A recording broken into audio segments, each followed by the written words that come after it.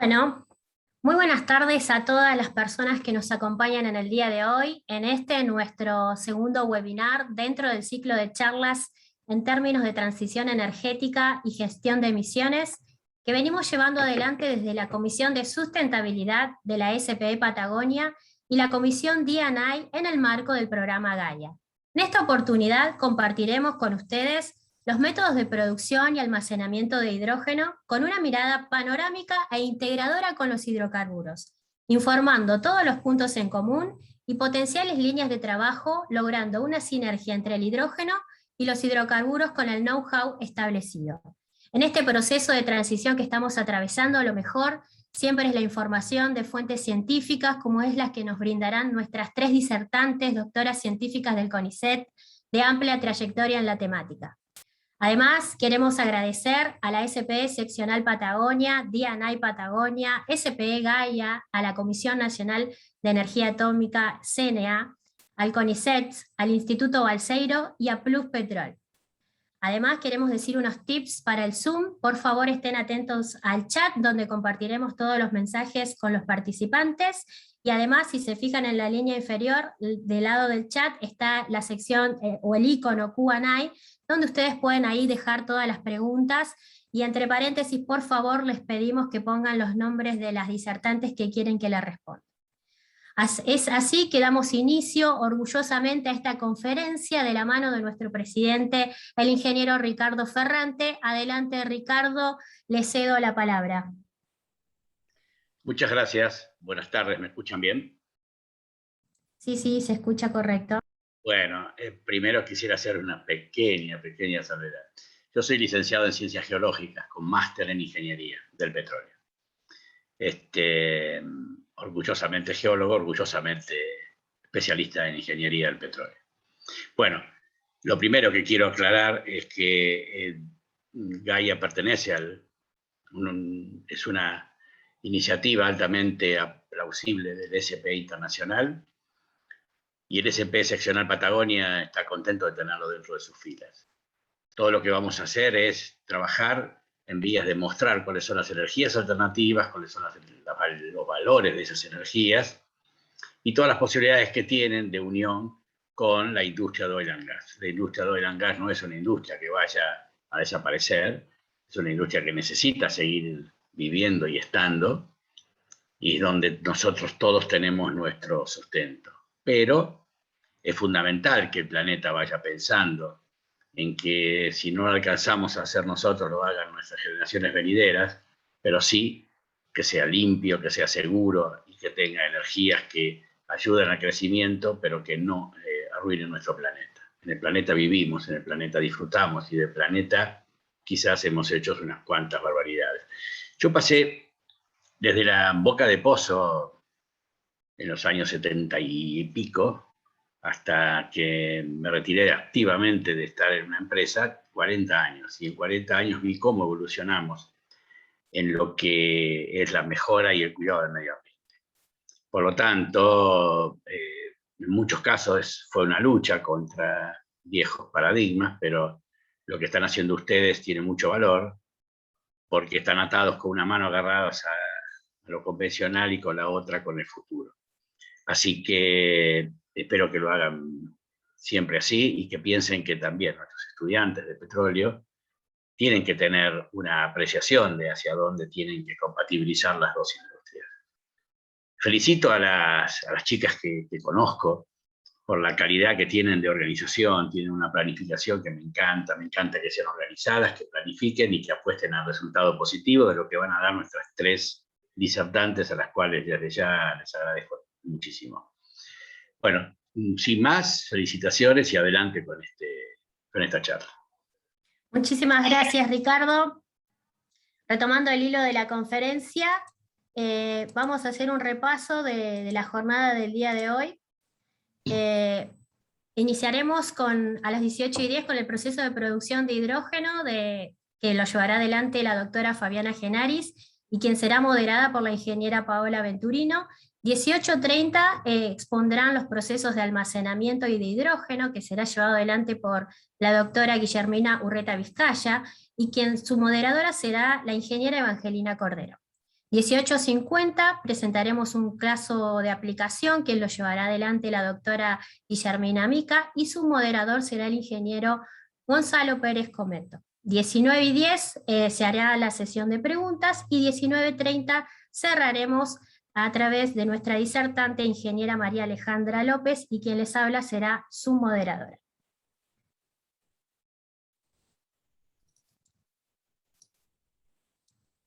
Muchas gracias, Gaby. Le doy el pase a la ingeniera Paola Venturino. Adelante, Paola. Gracias, Gaby. Bueno, buenas tardes a todos. Voy a presentar a la doctora Fabiana Genari. Fabiana es ingeniera química de la UNCO, obtuvo el título de doctora en Ingeniería en la Universidad Nacional de La Plata, realizó estadías de trabajos en ICS Unido, en el Departamento de Química de la Universidad de Trieste, Italia.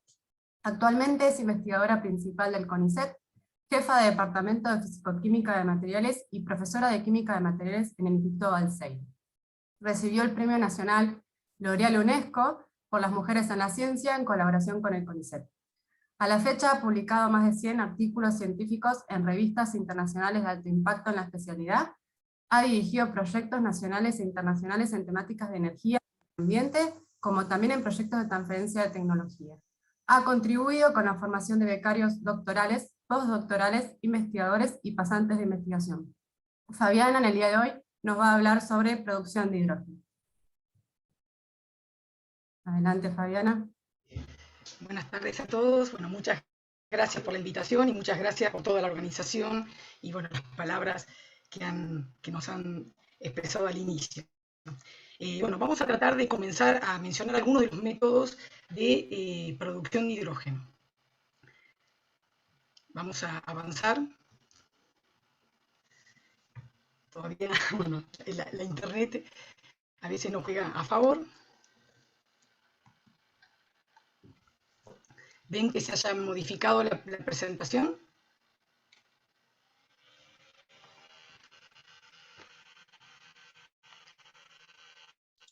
No, no avanzó, Fabi.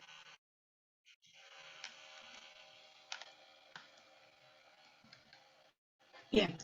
La pregunta que nos hacemos es ¿por qué estamos hablando de hidrógeno? ¿Por qué nos interesa? Bueno, este es uno de los elementos más abundantes en la corteza terrestre, pero no se lo encuentra en reservorios.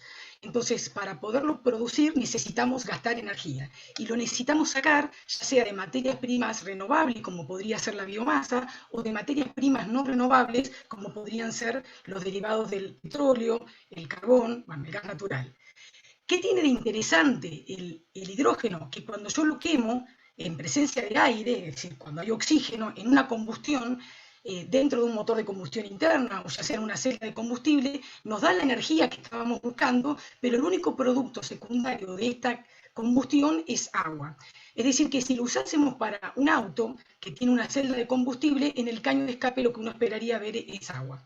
Ahora, ¿qué propiedades tiene? Bueno, que es capaz de almacenar por kilo de hidrógeno casi 3 veces la energía que corresponde a la misma cantidad, es decir, a un kilo de combustible fósil. Esa es una ventaja, pero la desventaja es que su capacidad de almacenamiento de energía volumétrica es 1/3 la de un combustible fósil.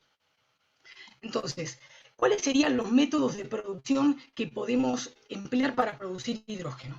Bueno, los métodos de producción necesitamos gastar energía que lo podemos sacar de fuentes renovables, como podrían ser la solar, la eólica, la geotérmica, o de fuentes de energía no renovables. En estas no renovables nos vamos a concentrar porque muchas de estas hay experiencia en la industria, y de las renovables quiero mencionar que es lo que se está hablando en estos días, es el uso de la energía solar o la eólica para, a través de procesos de electrólisis, producir hidrógeno, pero hay otros procesos también interesantes de los que no voy a hablar, muchos de ellos asociados con el uso directo de la energía solar, ya sea fotoquímicos o biológicos, donde se puede producir directamente hidrógeno en presencia de algunos catalizadores o en presencia de microorganismos o podrían ser algas por procesos biofotoquímicos. También la biomasa es muy interesante. Argentina tiene un potencial importante y algo voy a mencionar. Tenemos procesos como la digestión anaeróbica o la fermentación, que son procesos en general que producen poca cantidad de hidrógeno por hora, es decir, todavía son de escala pequeña, pero la pirólisis, la gasificación y otros procesos de reformado de la biomasa son muy interesantes y esto tienen posibilidad de aplicación industrial. Ahora, ¿cuál es el mercado actual mundial del hidrógeno? En el año 2019 la demanda mundial de hidrógeno era de 70 millones de toneladas por año. Esto, ¿a qué está destinado? Bueno, al refinado del petróleo fundamentalmente y a la producción de amoníaco. Acá tenemos una gráfica donde está la demanda, es decir, las toneladas demandadas de hidrógeno año a año. Ahora, este hidrógeno es cautivo, es decir, se lo produce no para ser utilizado en los medios de transporte o en otras fuentes de energía, sino que se lo está destinando precisamente a esas aplicaciones que mencioné. Además, hay 45 millones de toneladas de hidrógeno que también se producen por procesos específicos, ya sea para la producción de metanol o la reducción directa para la producción de aceros, es decir, son mercados cautivos de producción de hidrógeno, pero eso hace que hoy por hoy haya experiencia en el mercado.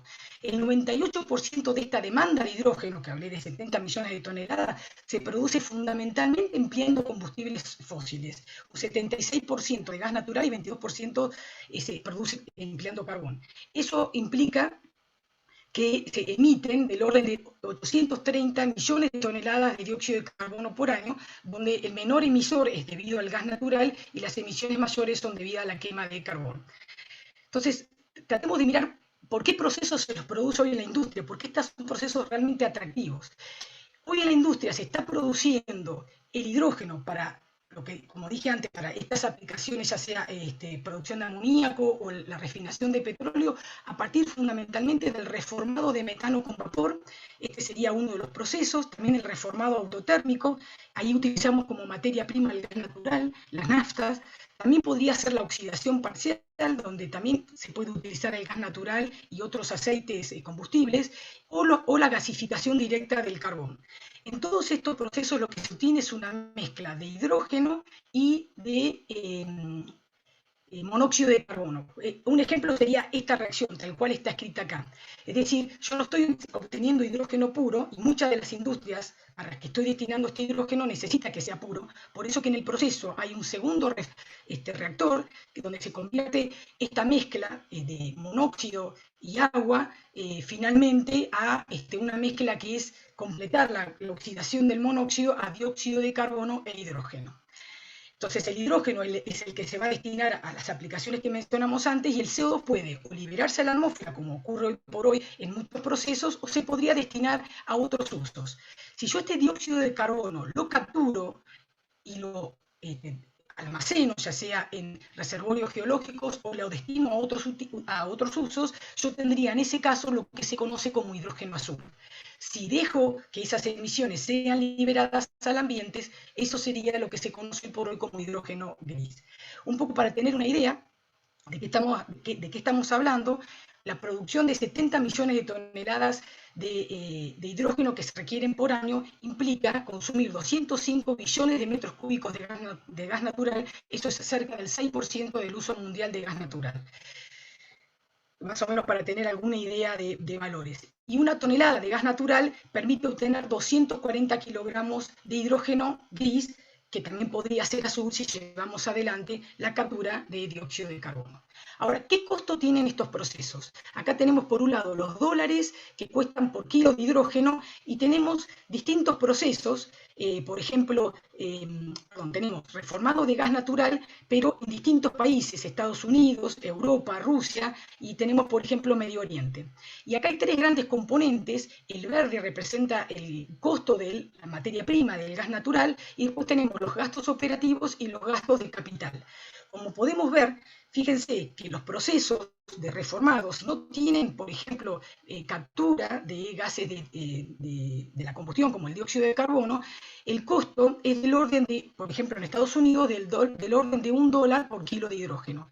Es Este costo es bastante bajo, es similar a Medio Oriente, porque son países que cuentan con el recurso, como sería el caso de Argentina. En cambio, regiones como Europa, que deben importar el gas natural, o China, en ese caso tenemos que el gasto asociado con el combustible es el mayor costo en esas regiones, y puede estar entre el 45 al 75%. Cuando uno agrega a estos procesos de producción la captura, podemos ver que, por ejemplo, en Estados Unidos pasa de $1 al orden de 1,5 dólares, que son de los mejores costos, y en Medio Oriente es un poco mejor, pasa a 1,4 dólares, es lo que se encarece el proceso, pero es un costo muy atractivo desde el punto de vista comercial, y estos procesos de captura del dióxido de carbono asociados a la producción de hidrógeno permitirían ser atractivos desde el punto de vista económico para países que cuentan con el recurso del combustible y permitirían reducir las emisiones e ir hacia la transición energética. Fíjense que los países que no son productores o que no tienen el recurso carburífero, en ese caso tienen costos mucho más altos. Ahora, ¿cuál es el proceso del que hoy se está hablando mucho para producir hidrógeno y que se habla de lo que se conoce como hidrógeno verde? Se piensa que uno va a utilizar la energía eléctrica que se va a producir a partir de la energía solar y de la eólica o de cualquier otra renovable para, a través de un proceso de electrólisis, acá tenemos, por ejemplo, una celda en la que hay 2 electrodos. Los electrodos son electrodos metálicos que están sumergidos en una solución alcalina de hidróxido de potasio altamente concentrada. En un electrodo ocurre la oxidación, en el otro ocurre la reducción, y lo que tenemos es que se produce hidrógeno en uno de los electrodos y oxígeno es el producto secundario que se puede destinar a uso sanitario. Es decir, sería atractivo en estos momentos. De hecho, por ejemplo, la planta de Jaichico, que está en Argentina, está produciendo hidrógeno por electrólisis, es un electrolizador pequeño, y el oxígeno lo destina, se lo vende a una de las distribuidoras de gas envasado, que vende a los hospitales. Ahora, hoy por hoy, ¿cuánto se produce en el mundo con este proceso de electrólisis? Menos del 1%. Como les dije antes, el 99% se produce a partir de combustibles fósiles. Ahora, ¿por qué o cuáles son las posibilidades que nos pueden dar estos electrolizadores? Como les dije, el alcalino es el más atractivo porque este se conoce, es maduro a nivel industrial. En cambio, han aparecido en los últimos años electrolizadores del tipo de membrana, de intercambio de protones, se conocen como electrolizadores PEM. En este caso se tiene una membrana de nafión y lo que se tiene también son electrodos que son bastante más caros porque involucran metales nobles, pero lo que permite o lo que tiene de atractivo este tipo de electrolizadores es que son compactos, entonces pueden ser utilizados en algunas aplicaciones donde se requiere, por ejemplo, tener módulos. Las eficiencias de los electrolizadores de ambos están entre 60 a 81%. Y bueno, les voy a mostrar en forma bastante rápida una comparación de las 3 tecnologías que se conocen hoy por hoy de electrolizadores. Como les dije, la más interesante para utilizar a nivel de producción de hidrógeno verde sería la alcalina, porque esta está madura tecnológicamente y se comercializa. Tiene además, si uno analiza la producción de hidrógeno, los metros cúbicos por hora, es la única que tiene cantidades de metros cúbicos por hora normales que superan los valores de 500. Fíjense que la PEM, la tecnología PEM, está por debajo de 30, y la SOEC, que no la mencioné antes, que sería la de óxido sólido, es una nueva tecnología, esto está en escala de desarrollo, hay mucho trabajo de investigación al respecto. Tiene de atractivo que los materiales involucrados son materiales cerámicos y que entonces hay, posibilidad de desarrollarlo, hay posibilidades de que sean mucho más eficientes que tanto la alcalina y la PEM, que hagan un uso más eficiente de la energía eléctrica y que los materiales, como dije, que se necesitan sean económicos. Es decir, que de acá, la que hoy por hoy podría permitir la producción de hidrógeno verde para uso masivo es los electrolizadores alcalinos. Ahora, ¿qué podemos comparar o qué análisis podemos hacer de la producción de hidrógeno por distintos métodos? Acá tenemos el costo en el eje Y de kilo de hidrógeno versus los procesos por los cuales lo podemos producir. Los más interesantes, la electrólisis es uno de ellos, a partir de electricidad de una red que viene con otra fuente, a partir de electrólisis renovable, a partir de gas natural, uno sin captura y el otro con captura, y a partir de carbón. Fíjense que nuevamente el bloque verde representa el costo del combustible, mientras que el violeta representa el costo de capital, el violeta intenso, y el violeta clarito representa el costo operativo. Lo que podemos ver rápidamente, mirando los bloques y leyendo los valores en el eje Y, que el hidrógeno más barato está en esta zona, es decir, el que se obtiene a partir de gas natural, ya sea sin captura o con captura de dióxido de carbono. Entonces, estos serían los valores mejores y fíjense que están en el orden de $2,5 por kilo de hidrógeno. El costo que hace que del combustible es el componente más importante de todos los costos, es decir, el bloque verde, y las variaciones las tenemos por los procesos de eficiencia y por el origen de la electricidad, digamos, de dónde se lo produjo y por qué método. Entonces, hasta acá lo que hemos visto, que si bien está la posibilidad de producir hidrógeno verde, en realidad los costos todavía de estas tecnologías son altos si lo comparamos con los costos de producción a partir del gas natural, de procesos como el reformado por vapor, entre otros. Y lo interesante de producirlo a partir de procesos como el gas natural es que si capturamos el dióxido de carbono podemos tener una reducción relevante de las emisiones. Ahora, ¿cuál es la situación de Argentina? Es decir, ¿cuál es nuestro panorama? Fíjense que acá tenemos mapas con colores. Si miramos los mapas de la izquierda, tenemos por un lado, esta coloración me está dando la cantidad de toneladas de hidrógeno que se pueden producir por kilómetro cuadrado por año en Argentina. Fíjense que en el caso de la solar, los valores más altos, que están entre 200 a 250, los tenemos en la cordillera de los Andes, en la zona norte, es decir, en el noroeste. Y después tenemos graduaciones de colores, pero tenemos potencial solar en Argentina, mayoritariamente en el norte. Si miramos el potencial eólico de Argentina para producir hidrógeno, toneladas de hidrógeno por kilómetro cuadrado, las graduaciones de colores son, también nuevamente azul, son las zonas más favorecidas para producción de electricidad que después se puede utilizar para la producción de hidrógeno, y la Patagonia es la zona por excelencia, ¿sí?, de este recurso eólico. Esto nos permitiría, con electrolizadores y el uso de las energías renovables, producir directamente hidrógeno verde.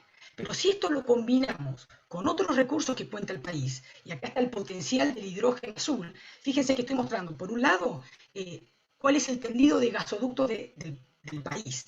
Digamos, estos gasoductos son importantes porque son lugares donde uno podría distribuir gas natural, por ejemplo, mezclado con hidrógeno, pero además, lo que es interesante, las cuencas en el país, tenemos en la Patagonia en particular, la cuenca neuquina, que es el reservorio más grande de gas en el país, y también tenemos la cuenca del Golfo San Jorge, y tenemos la cuenca austral, donde utilizando estos recursos podríamos producir este gas natural, que usando el gas natural podríamos por reformado producir hidrógeno por los costos que estábamos mencionando antes, del orden de $1,5 dólares con captura de dióxido de carbono. Fíjense que acá estoy hablando de potencial del hidrógeno verde, solar y eólico, potencial del hidrógeno azul, y hay otra cosa más que nos interesa como potencial del hidrógeno azul, que es la biomasa. También este es un mapa del recurso de la biomasa en Argentina. Tenemos distintas graduaciones, pero está hecho el estudio de que estas capacidades eólicas, solar y biomasa pueden trabajar simultáneamente. Entonces, Argentina tiene por kilómetro cuadrado un potencial de producción de hidrógeno que supera al que tiene Estados Unidos por kilómetro cuadrado. Esto es muy interesante y nosotros tenemos que en esta transición energética tratar de integrar los recursos que tenemos locales, que me estoy refiriendo a los recursos fósiles, con la producción de hidrógeno, transicionando a través de estos procesos de captura de dióxido de carbono y también podrían ser de conversión de dióxido de carbono. Entonces, en el contexto del potencial que tiene el hidrógeno azul, quiero mostrar esta gráfica en la que estamos analizando un poco cuál es el impacto que tiene la emisión de dióxido de carbono y la producción de hidrógeno cuando este hidrógeno se produce a partir de distintas fuentes. Fíjense que en la parte inferior, la que es color celeste, tenemos electricidad, pero electricidad generada, por ejemplo, a partir de fuentes renovables, en ese caso no vamos a tener emisión, pero por ejemplo tenemos la emisión de dióxido de carbono cuando la electricidad se produjo a partir de gas natural o a partir de carbón. Que fíjense que en estos casos los bloques celestes son muy grandes. Si yo leo en el eje X, tengo muchos kilos, cerca, por ejemplo, de 40 para el carbón y cerca de 17 para el gas natural, kilos de dióxido de carbono por kilo de hidrógeno. Eso se estaría emitiendo. Pero esta situación mejora notablemente, y eso es muy interesante, si en lugar de utilizar el gas natural para producir electricidad, directamente yo uso el gas natural para producir el hidrógeno por el proceso de reformado, por ejemplo, que había mencionado antes, y capturamos el dióxido de carbono. El primer bloque amarillo es usar el gas natural para producir hidrógeno sin captura. Yo en este caso estoy emitiendo por kilo de hidrógeno del orden de 10 kilos de dióxido de carbono.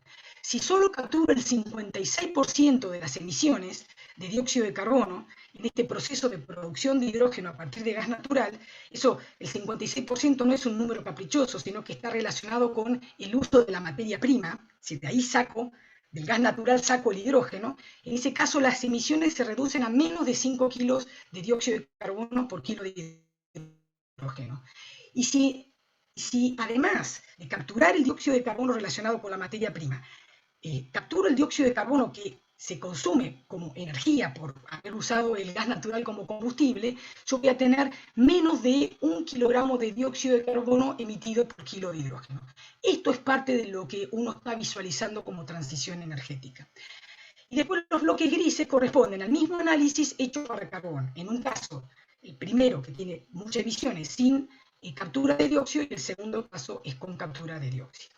Entonces, esto que he tratado de mostrar hasta ahora es que tenemos muchos métodos de producción de hidrógeno. Yo me concentré en los que estaban maduros desde el punto de vista de procesos químicos industriales. Ellos son fundamentalmente la gasificación, los procesos de reformado, la oxidación parcial, lo que se conoce como reformado autotérmico, y en esos procesos no solo podría usar el gas natural, sino que lo que es interesante, yo también podría utilizar la biomasa. Y si a esto le sumamos la captura de dióxido, tendríamos bajas emisiones y tendríamos una revalorización de recursos que nuestro país tiene. Y un poco para cerrar, espero que esté dentro de los 15 minutos, quería mostrarles un poco cuál es la cadena de valor del hidrógeno renovable y bajas emisiones.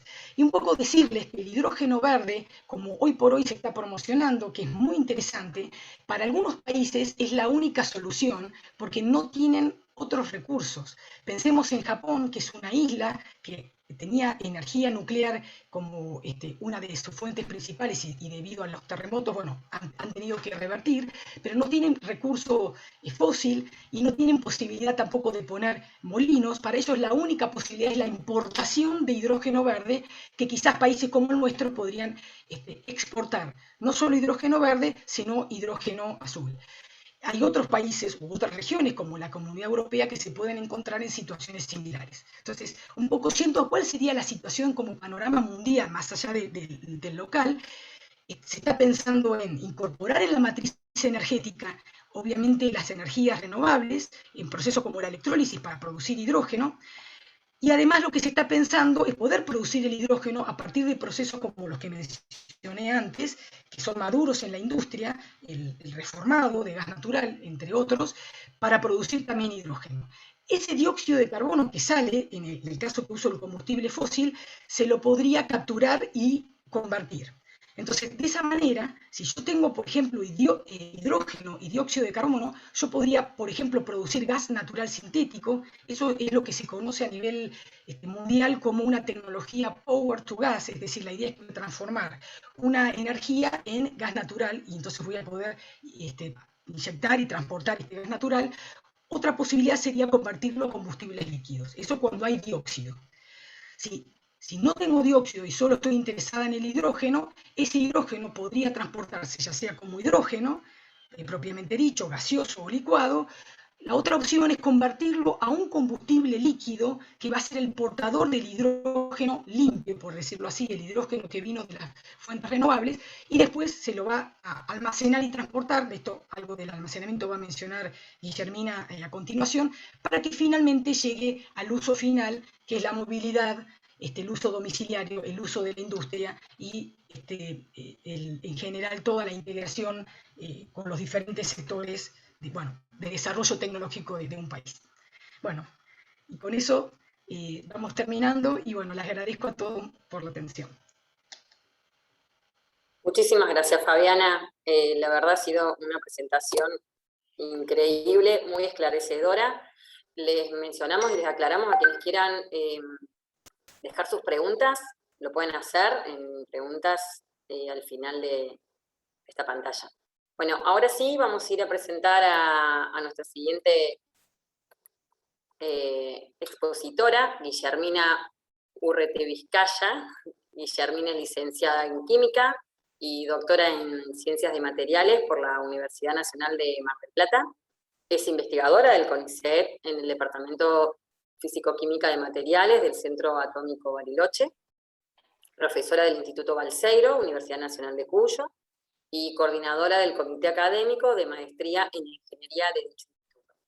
Su especialidad es el estudio y desarrollo de materiales para aplicaciones energéticas. En particular, sus líneas de trabajo son la producción de hidrógeno a partir del reciclado de aleaciones de descarte de la industria y el almacenamiento de hidrógeno en materiales formadores de hidruro. En esta oportunidad, Guillermina nos hablará sobre los distintos métodos de almacenamiento de hidrógeno. Bueno, Guillermina, te damos la bienvenida. Bueno, muchas gracias y muchas gracias por la invitación a participar de este panel. Bueno, yo les voy a comentar algunos métodos para almacenamiento de hidrógeno. Como ya recién mencionó Fabiana, el hidrógeno nos interesa desde el punto de vista energético, además de por su combustión limpia, porque tiene una densidad gravimétrica de energía muy elevada, del orden de 3 veces la densidad de energía que tienen los combustibles líquidos. Pero debido a que es un gas liviano, en condiciones normales de presión y temperatura, tiene una densidad muy baja y por lo tanto su densidad volumétrica de energía también es sumamente baja, comparada también con los hidrocarburos líquidos o con los gases licuados. Entonces, cuando uno piensa en almacenamiento, no solo piensa en guardar el hidrógeno, sino guardarlo de manera eficiente significa incrementar esta densidad. Los métodos de almacenamiento los podemos clasificar como métodos de almacenamiento físicos y químicos. Dentro de los físicos tenemos el almacenamiento como gas comprimido, como líquido o en materiales porosos, y como almacenamiento químico en transportadores líquidos, hidruros metálicos y complejos. Yo me voy a referir un poquito a cada uno de ellos para dar un panorama general. Como hidrógeno comprimido, bueno, esta es una tecnología que es conocida, es como habitualmente se almacena el hidrógeno. Este almacenamiento se hace en tanques cuyo material depende de la presión. Habitualmente tenemos tanques de 350 o de 700 bar. En el caso de la menor presión, los tanques pueden ser de acero. Para presiones más altas se requieren tanques de material poliméricos compuestos, que además tienen la ventaja de ser más livianos. Y con esta forma de almacenar el hidrógeno se alcanzan densidades que del orden de 250 o 400 veces más que el hidrógeno en condiciones normales. Estas son, como decía, tecnologías conocidas, y esta forma de almacenar también es la que es posible si uno está pensando en almacenamiento de grandes volúmenes de hidrógeno, la forma de almacenarlo en cavernas salinas, acuíferos o pozos de gas agotados. Como hidrógeno líquido, el hidrógeno también puede almacenarse. Acá, debido a la baja temperatura de ebullición que tiene el hidrógeno, el proceso de licuefacción es un proceso que es bastante caro. Aproximadamente el 30% de la energía que después se puede sacar del hidrógeno se gasta en ese proceso, que se hace por enfriamiento y compresión. Además, requiere tanques criogénicos que son bastante más complejos que los tanques para el hidrógeno comprimido, debido a que el hidrógeno líquido está a una temperatura muy baja, con una inflación que tiene que ser muy importante, y además, para evitar los problemas asociados a la sobrepresión por la evaporación del hidrógeno, requieren unas válvulas especiales de venteo y de alivio, digamos, con venteo permanente de hidrógeno. Ese proceso de evaporación se llama boil-off y se puede minimizar, digamos, aumentando el tamaño de los tanques. Actualmente los tanques más grandes de almacenamiento de hidrógeno líquido están en Cabo Cañaveral, que es, porque bueno, para los cohetes se utiliza directamente el hidrógeno líquido, pero se están diseñando tanques de grandes volúmenes de hidrógeno que minimicen este problema de boil-off para también almacenamiento y transporte. Y la densidad que tiene el hidrógeno líquido es bastante más elevada, del orden de 70 kilogramos por metro cúbico. La última forma física, digamos, de almacenar el hidrógeno, donde el hidrógeno siempre en estos tres ejemplos está de manera molecular, es en materiales porosos. Estos materiales están basados en los llamados MERS, Metal Organic Frameworks, que son polímeros de coordinación que tienen metales o clústeres metálicos de muy alta superficie específica en los que el hidrógeno interactúa disolviéndose sobre la superficie. Por eso es importante que la superficie sea muy elevada.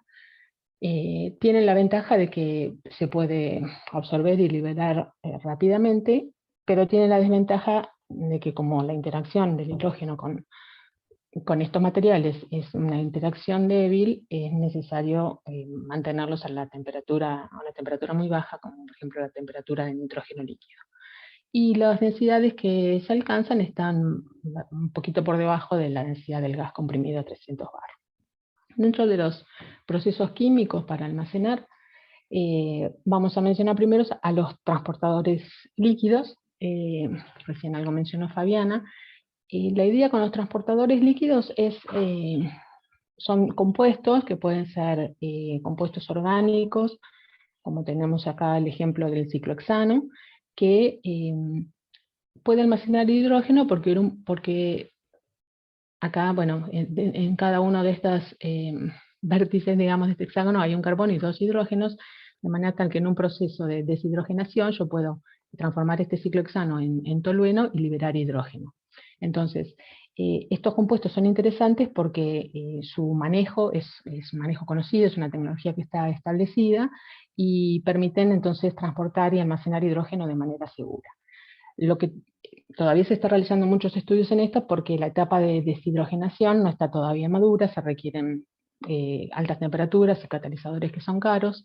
Si bien se está trabajando en catalizadores más económicos para compuestos que son N sustituidos, pero de todas maneras no es una tecnología que esté establecida.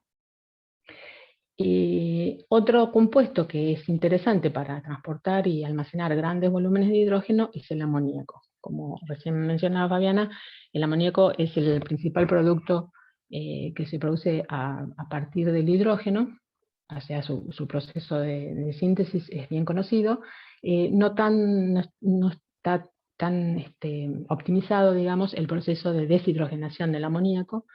Requiere temperaturas muy elevadas y catalizadores que todavía son caros, pero es sumamente interesante como medio de almacenamiento y transporte, debido a que tiene una densidad muy elevada, del orden de 107 kilogramos por metro cúbico. Otros problemas asociados con el amoníaco pueden ser su toxicidad, y en los dos casos puede haber problema o necesidad de pasos posteriores de purificación del hidrógeno antes de su utilización. Y el otro método de almacenamiento del que les voy a hablar es los materiales formadores de hidruros. La idea acá es que uno tiene un material sólido que reacciona con el hidrógeno y forma otro material sólido que es un hidruro y libera calor. Entonces, esta forma de almacenamiento permite lograr muy altas densidades, superiores a incluso a la del amoníaco que les mencionaba recién, que era muy elevada, son 1000 veces la que uno puede tener como hidrógeno gaseoso en condiciones normales, y de manera muy segura. Las curvas características de este tipo de materiales son estas isotermas, que son las líneas rojas que tenemos acá, que en este gráfico en el que tenemos presión de equilibrio en función de contenido de hidrógeno, lo que tenemos es De este lado, lo que sería el metal o una aleación que puede tener un poco de hidrógeno disuelto en una sola fase. De este lado tenemos el hidruro, ¿sí? Que es habitualmente un material cristalino con una estructura ordenada, y en el medio, dentro de esta campana que se forma, las líneas horizontales corresponden a lo que llamamos el plató, donde tenemos un equilibrio de dos fases, del metal o la aleación y el hidruro.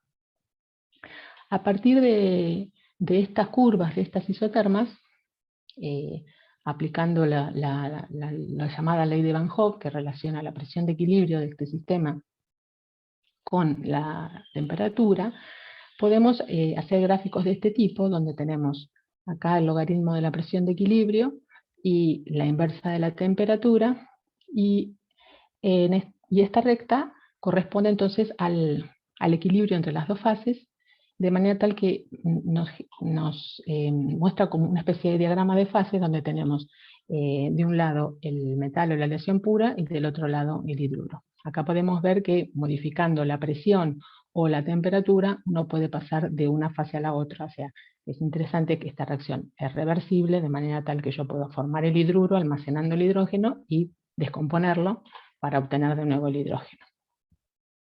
Estas curvas, o estas rectas mejor dicho, tienen una pendiente que está relacionada con la variación de entalpía de esta reacción, y una ordenada al origen que está relacionada con la variación de entropía. Como para la mayoría de los materiales la variación de entropía es parecida, la pendiente de esta recta está relacionada con la estabilidad del hidruro. Entonces, materiales que tengan una mayor entalpía, o sea, una pendiente mayor en la recta, son los más estables, y eso se traduce, como podemos ver acá, en que las temperaturas a las cuales, acá tenemos también presión en escala logarítmica, y abajo inversa de la temperatura, arriba está puesta la temperatura correspondiente. Entonces vemos que los materiales que son más estables van a requerir una mayor temperatura para deshidrogenarlos. Acá les muestro muchos de los sistemas que se han estudiado a lo largo de los últimos años como materiales para almacenar hidrógeno, y los requisitos que estos materiales tienen que tener son que su capacidad de almacenamiento sea elevada, o sea, la cantidad de hidrógeno por unidad de masa en el material preferentemente tiene que ser elevada, tienen que tener una cinética rápida de almacenamiento y liberación de hidrógeno, tienen que ser reversibles, una temperatura de operación que sea lo más baja posible, y obviamente que el costo no sea muy elevado. En nuestro grupo del Departamento de Físico-Química de Materiales se viene trabajando en este tipo de sistemas desde hace ya más de 20 años, y voy a mencionar rápidamente algunos de los sistemas con los que hemos trabajado y estamos trabajando. Materiales basados en lantano níquel 5 para almacenamiento, purificación y compresión de hidrógeno. Estos materiales tienen la ventaja de que se puede trabajar a temperatura ambiente, si bien la capacidad que tienen no es muy elevada. Trabajamos en materiales basados en hidruro de magnesio, que tiene la ventaja de tener una elevada capacidad de almacenamiento, y además el magnesio es un metal relativamente barato. En hidruros ternarios de magnesio con níquel, hierro y cobalto, con aditivos. En hidruros complejos, como alanatos y borohidruros, y en sistemas basados en amiduros o hidruros, como el que enseguida les va a comentar Guillermina, que es uno de los sistemas en los que estuvo trabajando en su tesis de doctorado. Así que, bueno, espero no haberme extendido mucho. Muchas gracias.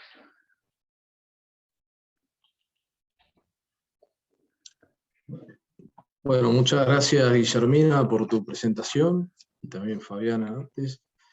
Ahora voy a pasar a presentar a Guillermina Amica.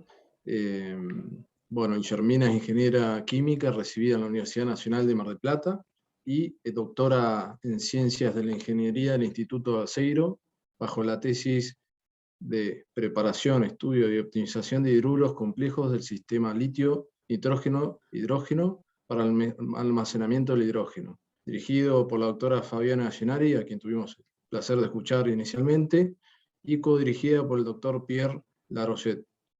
Luego de su beca postdoctoral ingresó al CONICET como investigadora asistente en el Grupo Físico-Química de Materiales del Centro Atómico de Bariloche.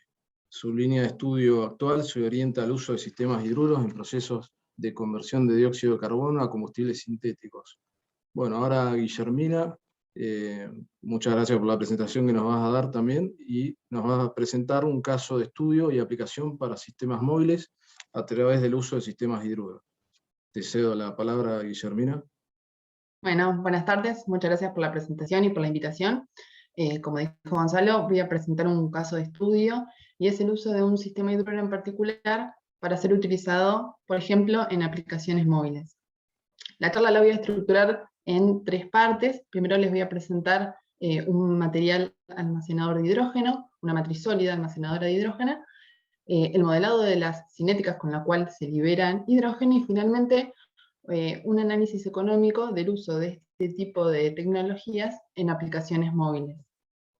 Como vimos en la charla anterior, una de las maneras de almacenar el hidrógeno es en matrices sólidas, utilizando, por ejemplo, hidruros complejos, entre los cuales se encuentran los amiduros. En este gráfico podemos ver la secuencia temporal que intenta mostrar los años de inicio del estudio de distintos sistemas de hidruros complejos.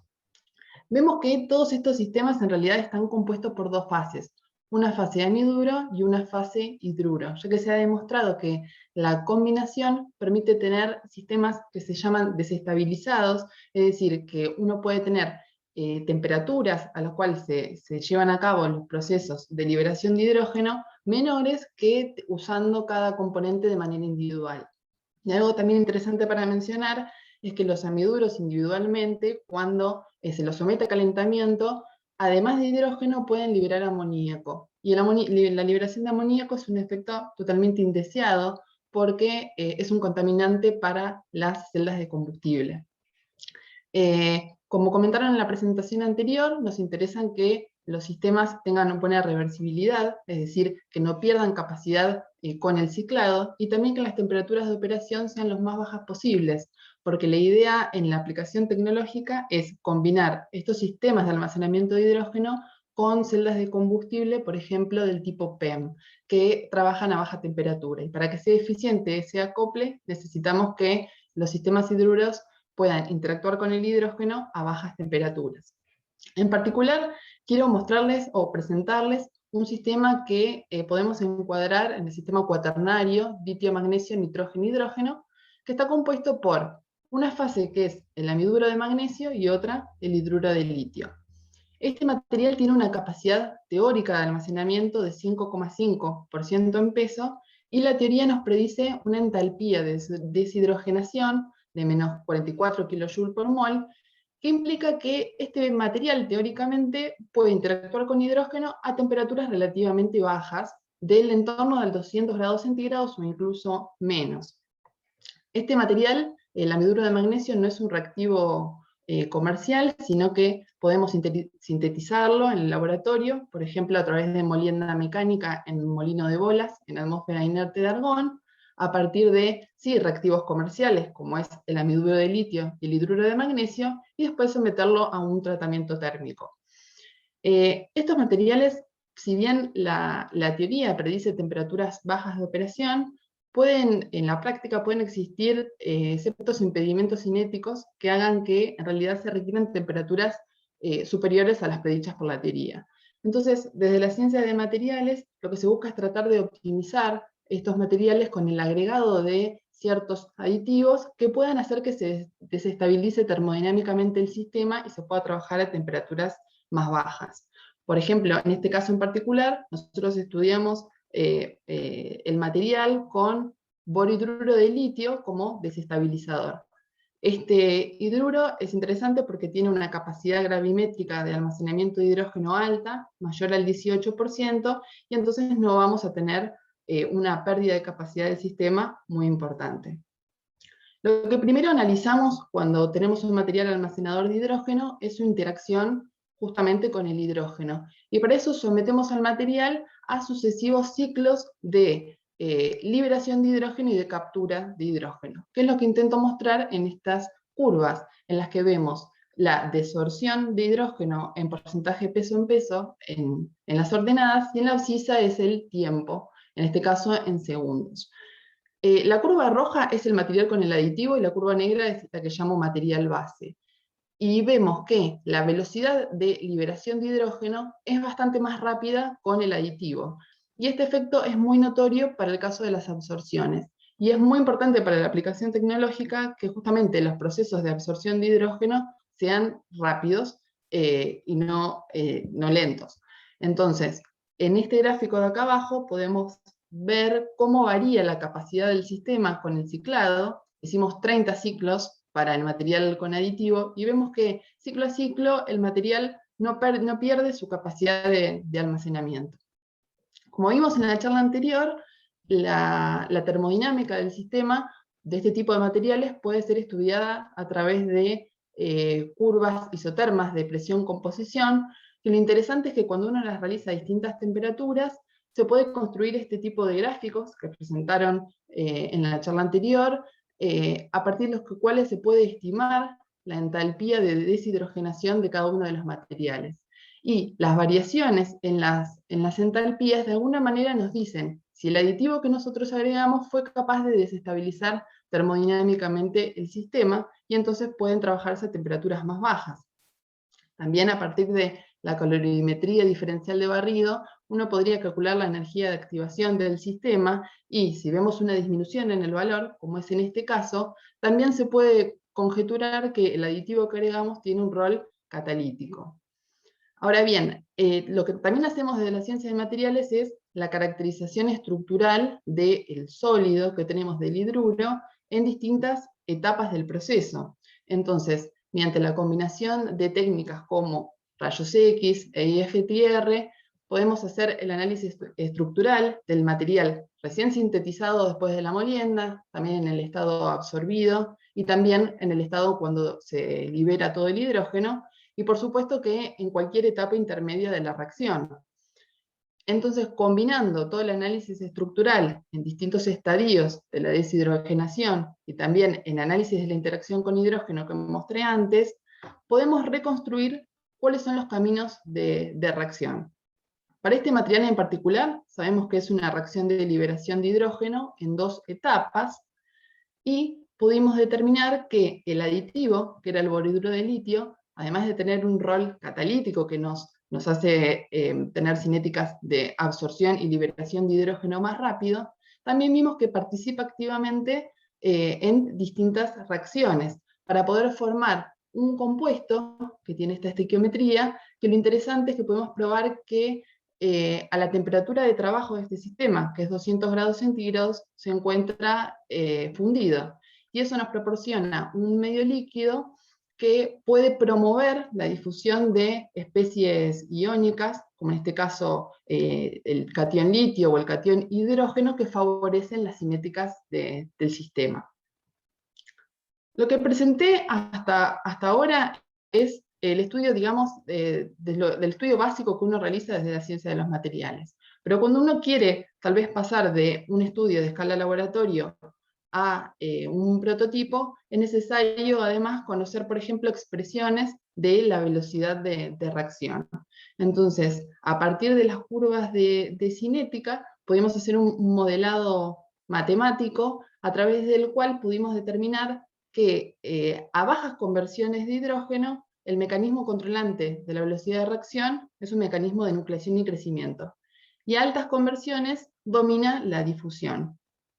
El pasaje de un mecanismo controlante a otro depende directamente de la contrapresión de hidrógeno. Como vemos acá arriba, hicimos ciclados de absorción y desorción con distintas contrapresiones de hidrógeno, y cada curva fue modelada con este modelo combinado, y en definitiva pudimos obtener las expresiones para la velocidad de reacción como una contribución lineal de 2 modelos uno de nucleación y crecimiento y uno de difusión, y expresar la velocidad de reacción en función de la presión y del grado de avance de la reacción.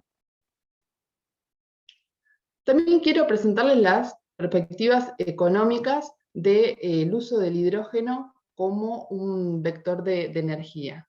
Y para eso, primero quiero contarles sobre los costos de producción de hidrógeno verde en Argentina y también costos relacionados con el uso de esta matriz sólida que les acabo de presentar en una aplicación. Y para eso tenemos que tener en cuenta tanto el costo de la matriz sólida como del tanque almacenador donde se lleva a cabo la reacción de interacción con hidrógeno. Como se dijo en la primera charla que nos dio Fabiana, industrialmente el hidrógeno hoy es producido a partir de fuentes no renovables, y si se observan las comparaciones de costos, si se realiza a partir de fuentes renovables, estos costos aumentan notablemente.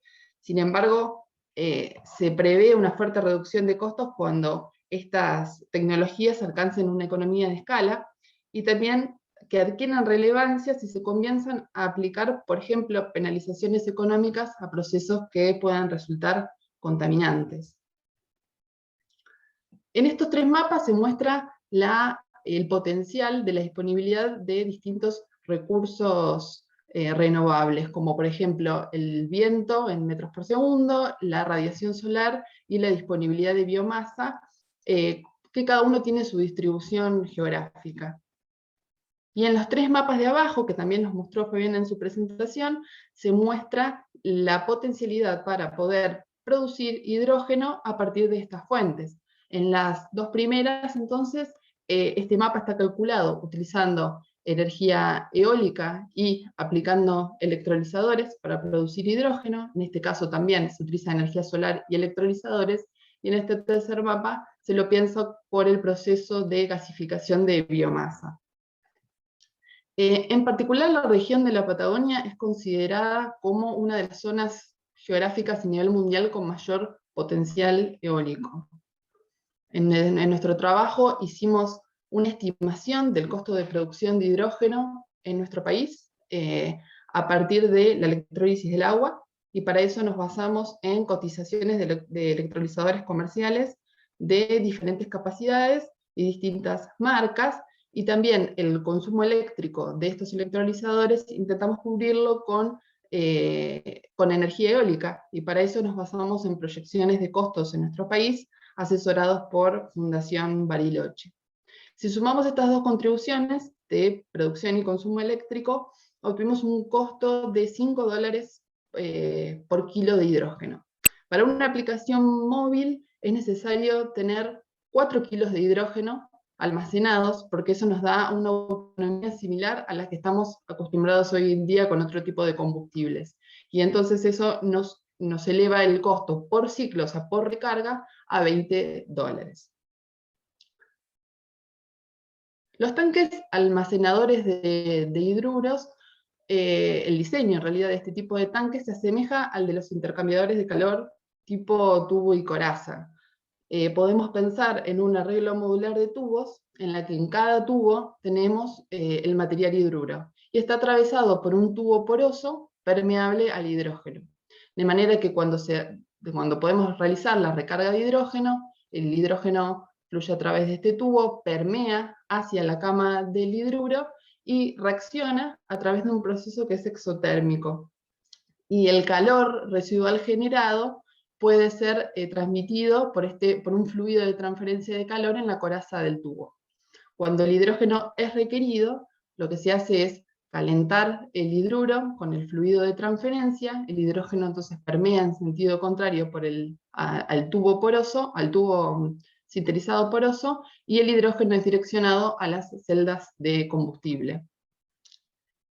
Nuestro diseño en particular está basado en realidad en un diseño de un prototipo alemán, en el cual fue creado y construido para almacenar medio kilo de hidrógeno, y ellos utilizaban un material hidruro que es el aranato de sodio, que si bien es distinta a nuestra matriz hidrura, la temperatura de operación es muy similar.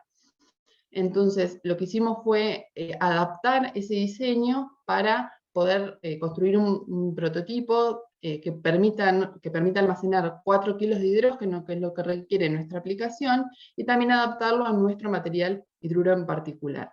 El costo de fabricación de este tipo de tanque fue proyectado por la empresa, el área de procesos de la empresa Mecánica 14 de Bariloche, teniendo en cuenta los costos de la materia prima, de fabricación, de montaje y otros estudios adicionales. Y ese costo inicial fue de $30.000, pero ese es el costo inicial de un primer prototipo. Para eso es necesario aplicar curvas de aprendizaje que nos permitan extrapolar la fabricación a mayor cantidad de unidades. Y entonces, para una producción de 10.000 unidades, pudimos calcular o estimar un costo de entre $5.300 a $6.700 por tanque. En cuanto al material almacenador de hidruro, algo interesante para mencionar es que si uno se basa en las cotizaciones de los reactivos que nosotros conseguimos a escala laboratorio, para los cuales necesitamos como reactivos el amiduro de litio, el hidruro de magnesio y el borhidruro de litio, los costos realmente no son competitivos. Entonces, cuando uno estudia un material y encuentra que es potencialmente útil para una aplicación en particular, es necesario explorar otras rutas alternativas de síntesis que permitan tener justamente costos competitivos. Entonces, acá se presentan dos rutas alternativas y las dos comienzan utilizando como materia prima tanto magnesio sólido como litio sólido.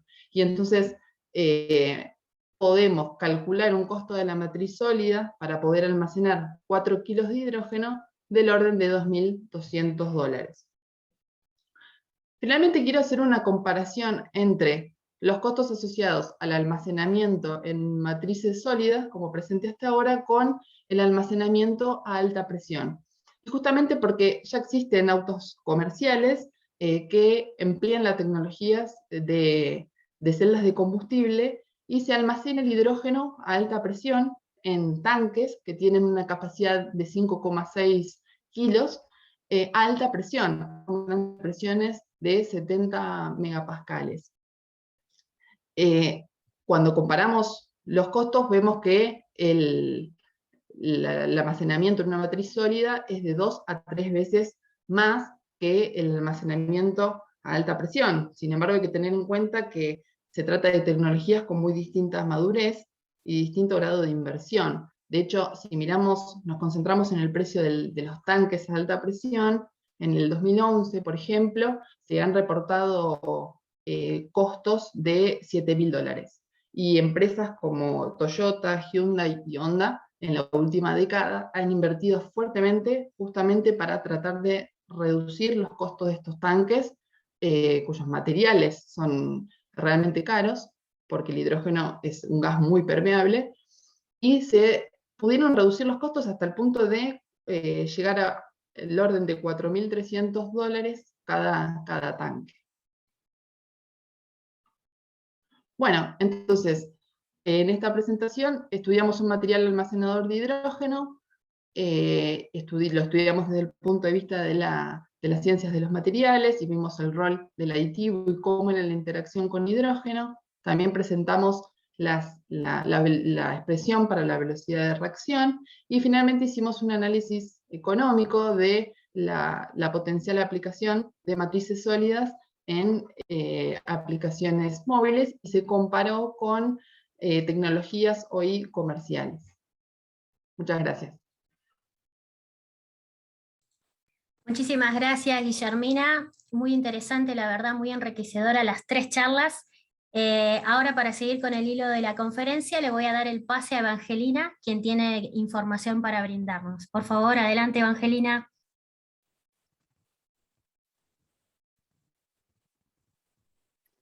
¿Me escuchan? Sí, claro. Adelante. Perfecto.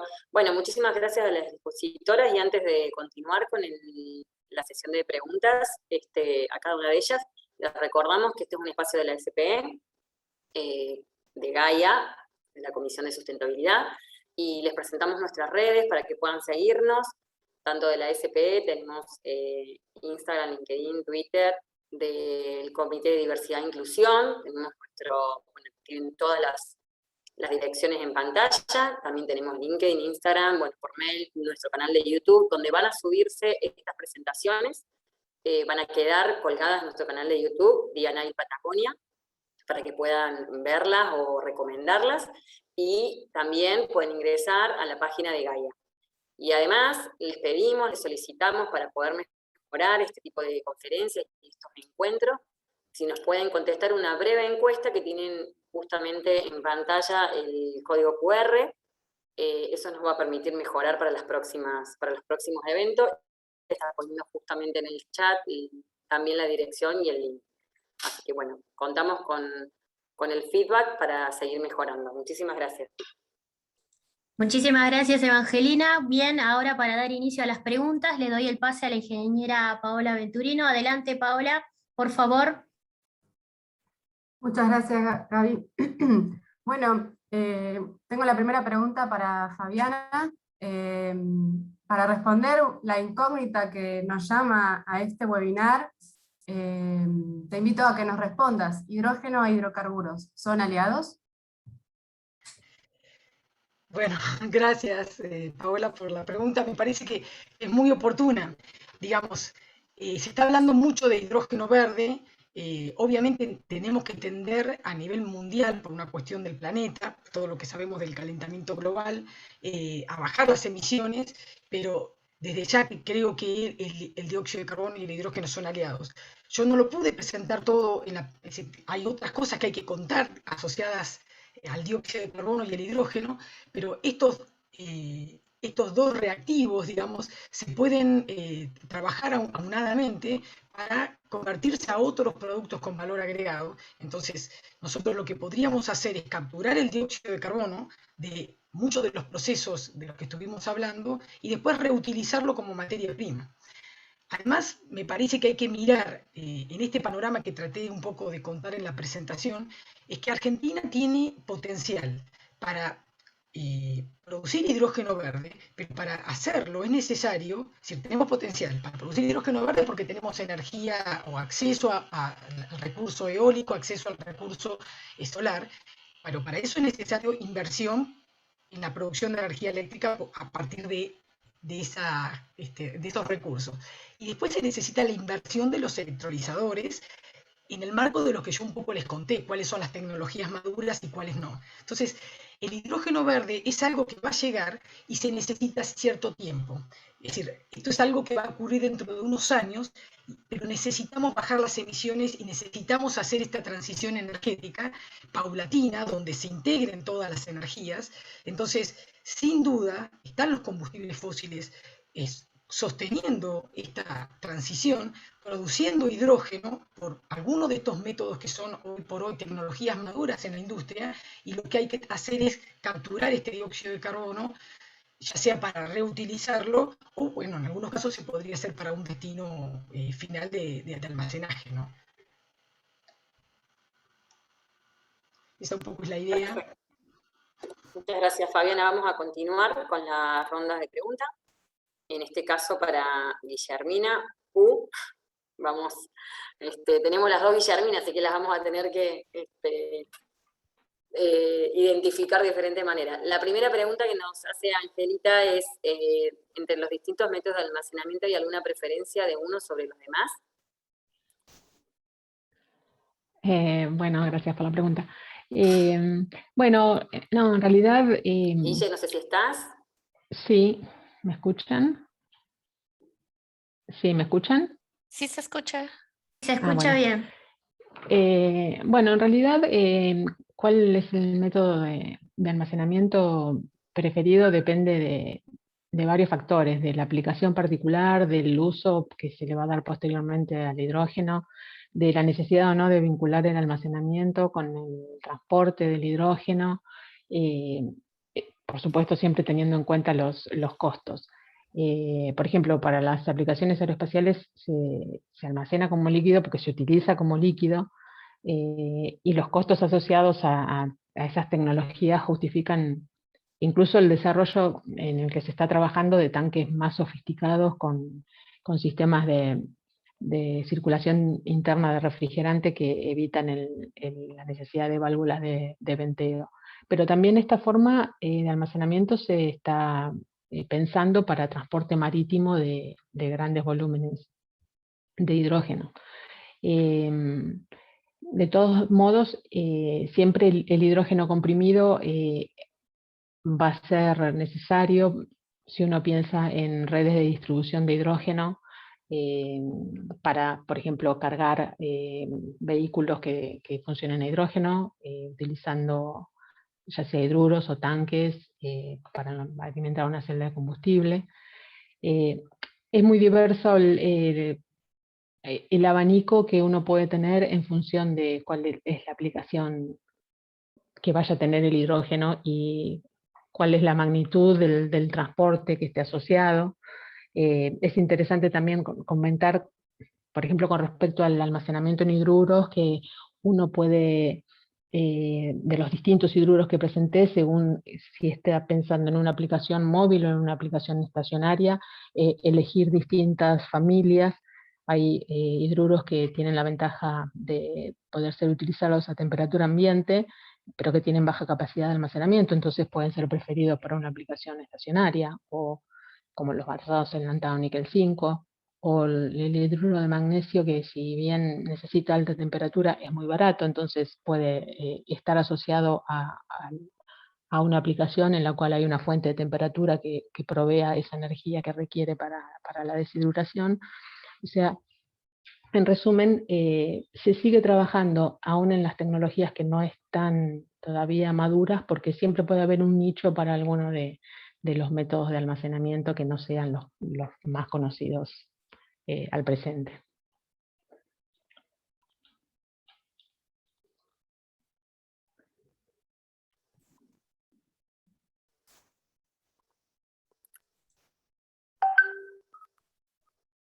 La siguiente pregunta la realizará el ingeniero Gonzalo Cometo, que seguramente en breve la hará.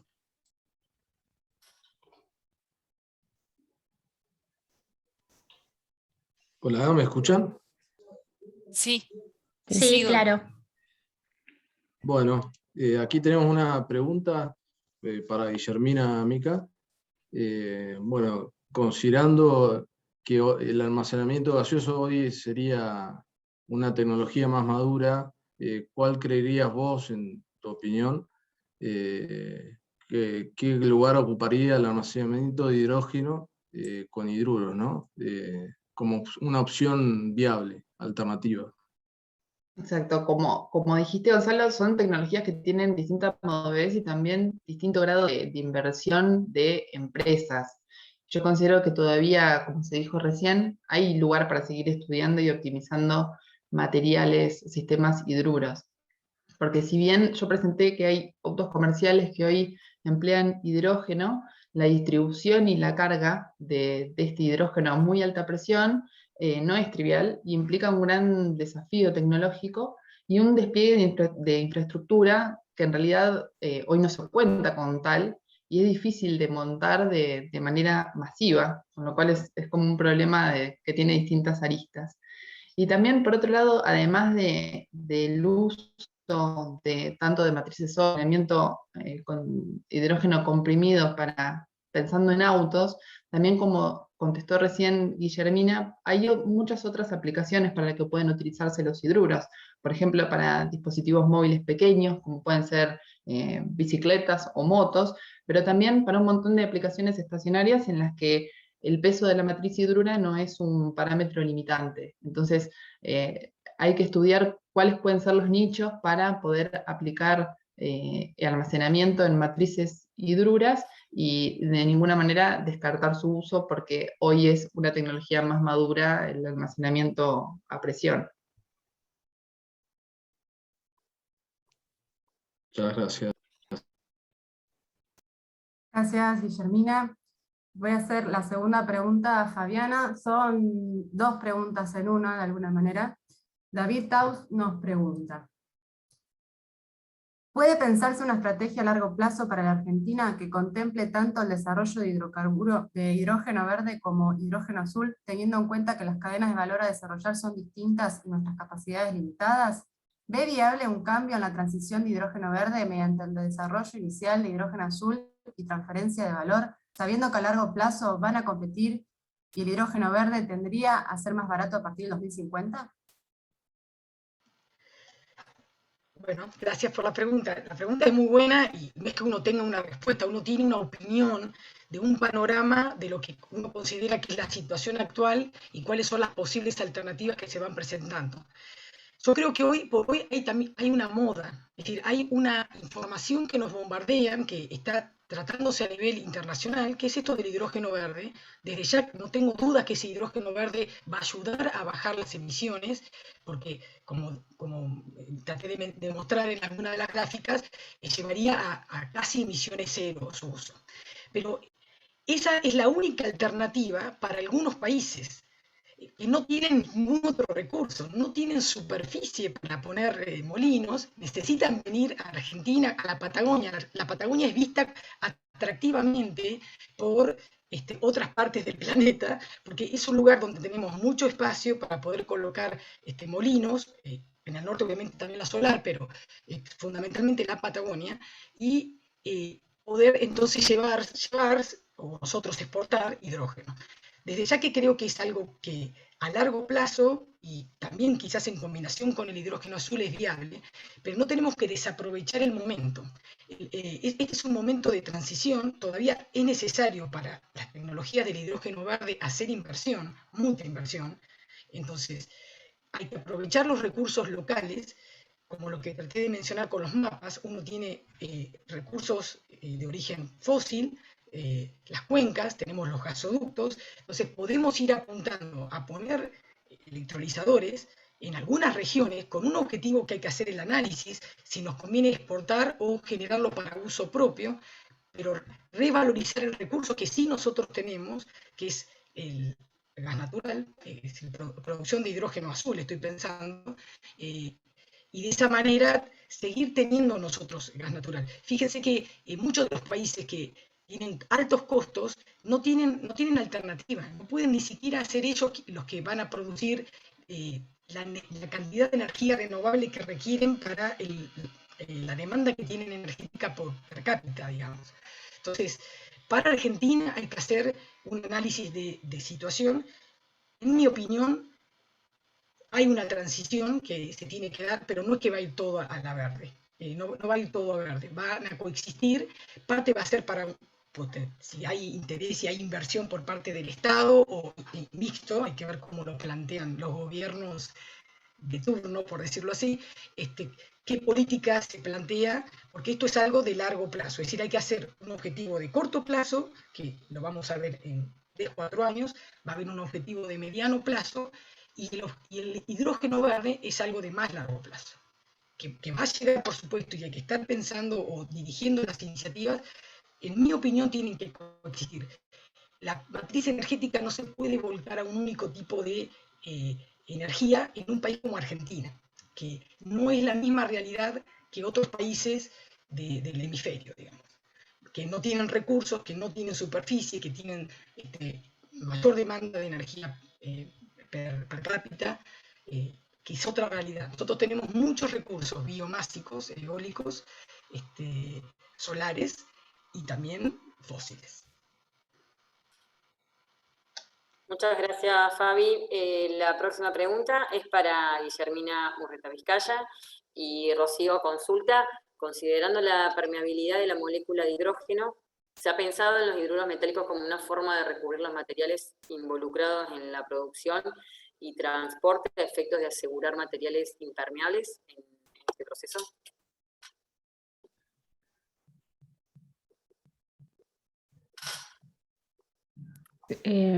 Perdón, pero no entiendo muy bien la pregunta. ¿Utilizar hidruros para recubrir los materiales de almacenamiento? Por ejemplo, el material de los tanques, ¿esa es la pregunta? Y entiendo que sí, considerando te lo voy a leer por las dudas, considerando la permeabilidad de la molécula de hidrógeno. Ok. Sí, Claro, estoy pensando en los hidruros metálicos como una forma de recubrir los materiales involucrados en la producción y transporte a efectos de asegurar materiales impermeables. Bueno, en realidad el principal problema con la interacción del hidrógeno con los materiales de los tanques contenedores o de las cañerías, por ejemplo, pensadas en los gasoductos, es la fragilización que se pueda producir en los materiales por la introducción del hidrógeno en los metales o en las aleaciones. Entonces, esto de hecho es un problema a la hora de pensar en la realización de los blendings, o sea, de la mezcla de gas natural con hidrógeno en los gasoductos en Europa, en algunos países ya se está realizando. La idea para subsanar ese problema es utilizar otros materiales, por ejemplo, materiales plásticos, derivados de plásticos que no tienen ese inconveniente más que hacer un revestimiento con hidruros que tecnológicamente puede ser bastante más complicado. No sé si respondí la pregunta con claridad.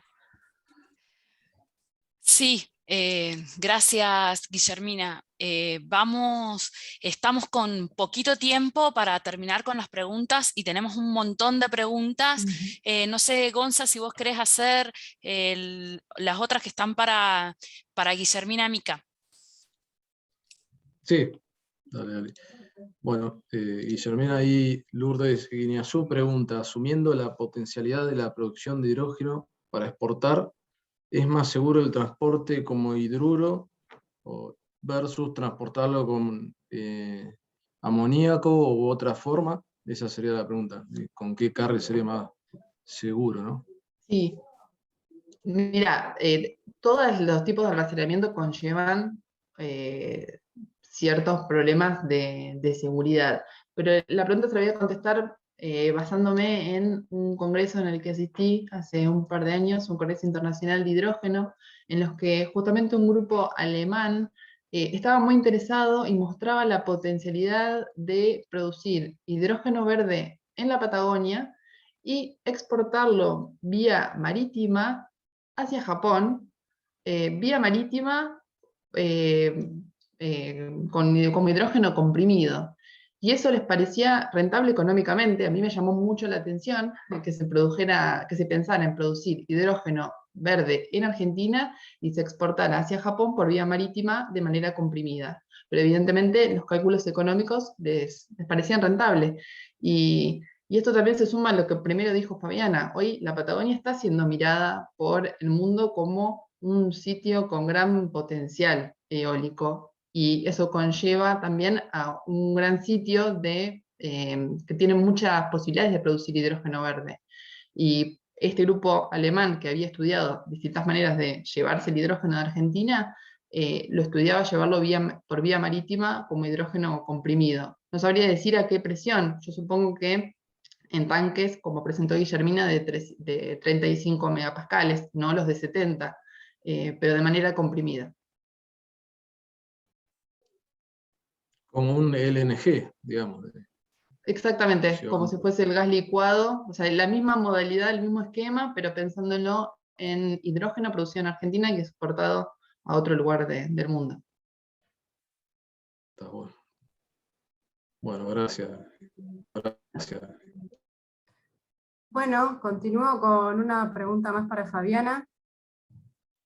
¿Qué industrias están interesadas hoy en estos tipos de estudios tecnológicos y apoyan estas investigaciones? ¿Son industrias de oil and gas, energéticas, del Estado? Bueno, algunas cosas mencionó Guille. Hay empresas de automóviles, por ejemplo, porque saben que esta tecnología está llegando, por ejemplo, a los medios de transporte, que imagínense, eso es algo masivo. Entonces va a haber la adquisición de autos por persona, al menos en Europa hay uno por persona, en algunas familias tenés uno por persona seguramente. Entonces, las empresas de autos son las que están poniendo bastante dinero, pero también hay empresas energéticas desde ya. Y después tenemos los grandes las grandes empresas, los unicornios, que por ahí vienen ortogonales, digamos que no tienen nada que ver con las cuestiones energéticas, pero que sí les interesa porque las inversiones en estos temas, con los números que ellos manejan, son menores, es un riesgo que vale la pena porque está asociado a tener el mercado, el nicho, que ya se sabe que es importante bajar las emisiones y energía. Con el nivel de vida y de consumo tecnológico que tenemos, está claro que va a seguir habiendo demanda energética. Entonces, hay un poco de todo. Pero cuando vos preguntás del Estado, bueno, en particular creo que los estados a nivel internacional y en Argentina también en particular, invierten en investigación y estas temáticas son apoyadas. Pero la escala de apoyo económico que se requiere para las plantas piloto, por ejemplo, en general esto viene de empresas privadas. Ya sea de autos, como dije antes, pero también petroleras, y después empresas que por ahí vienen de software, de otro ámbito, pero como manejan mucho recurso económico, quieren ser parte de estas nuevas tecnologías que son, está claro que van a ser necesarias. Entonces quieren ser parte de dueños de ese conocimiento. Bueno, Fabi, una pregunta más de David para Guillermina Urretevizcaya. Si existe algún estudio que haya analizado la capacidad de Argentina para almacenamiento natural de hidrógeno, pozos de gas vaciados, cavernas, etcétera. No, la verdad que yo no tengo conocimiento que haya un estudio de ese tipo acá en el país, que sería sumamente interesante. Tal vez, no sé, Fabiana, si vos sabés si hay algo de eso, pero bueno, probablemente si no hay, eso esté relacionado con que todavía es muy incipiente la necesidad de ese tipo de reservorios o de ese tipo de cavernas para almacenar hidrógeno. Pero no tengo conocimiento. Seguramente la capacidad para hacer el estudio está, pero todavía no se ha hecho. ¿Puedo sumar algo? Sí, claro.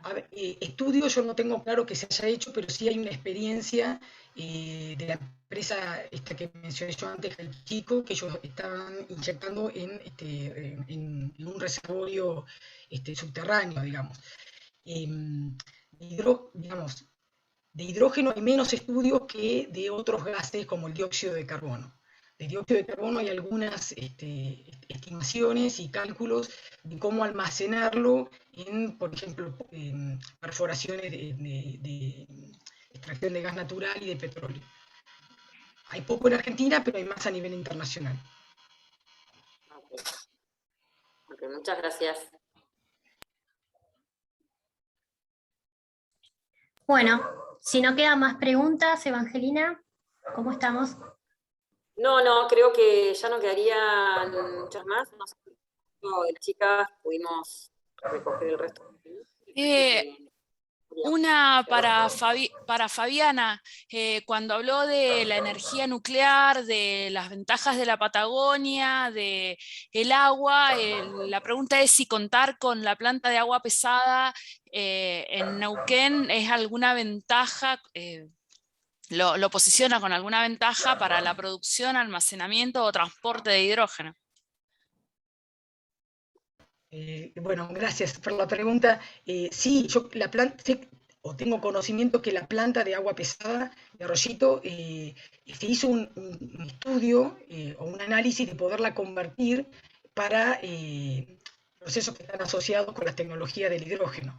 Entonces, yo creo que, bueno, la provincia de Neuquén, con Plaza Winkle, también, bueno, obviamente Río Negro, pero tenemos recursos de infraestructura donde esta transición de la que yo hablaba, en la que está el hidrógeno azul, es factible porque tenemos inversiones ya hechas, no solo en esta zona, porque obviamente tenemos industria petroquímica en otras zonas, en otras regiones del país, pero sí, de la planta de Arroyito hay una valoración o hubo un análisis de poder hacer una reconversión para procesos en los que estaba asociado el hidrógeno, porque es una planta que obviamente tiene experiencia y tiene manejo y tiene equipos, digamos, operaciones unitarias que están asociadas con el hidrógeno. Así que yo creo que hay potencial en la zona y sería una manera, digamos, yo integro la Comisión de Energía Atómica, sabemos los problemas que hubo con Arroyito, sería una forma de, bueno, de incorporarla a esta nueva visión energética que se está planteando.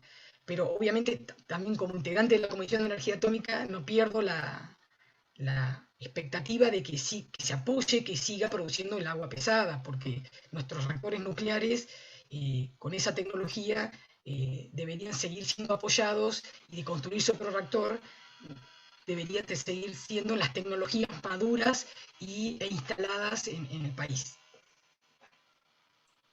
Muchísimas gracias, Fabiana. Qué interesante esto último. Qué interesante. Bien, ahora ya para ir dando cierre con la puntualidad que corresponde, y antes agradecerle a todos, hasta los que se quedaron hasta el final, quiero dar un pequeño avisito y agradecer la presencia del decano de la UTN Facultad Regional del Neuquén, el ingeniero Pablo Likowski, y agradecerle, sabemos que su agenda era bastante complicada y él ha estado hasta ahora, así que un agradecimiento para él. Ahora sí le doy el pase a María Alejandra, la ingeniera, para que haga el cierre correspondiente. Alejandra, adelante. Bueno, más que agradecidos por la participación, Fabiana, Guillermina Urreta Vizcaya, Guillermina Amica, muchísimas gracias por su disponibilidad y atención con SPE Patagonia. Muchísimas gracias a Pluspetrol por proveernos la plataforma que nos permite comunicarnos ahora, y los invito a sumarse a la SPE y ser parte de estos proyectos, ser parte de este networking que estamos haciendo. Súmense a las redes y bueno, muchísimas gracias. Vamos a continuar con este ciclo de conferencias, si Dios quiere, Dios mediante. En septiembre tendremos otra conferencia, captura y almacenamiento de carbono. Muchísimas gracias y nos vemos. Muchas gracias a ustedes. Bueno.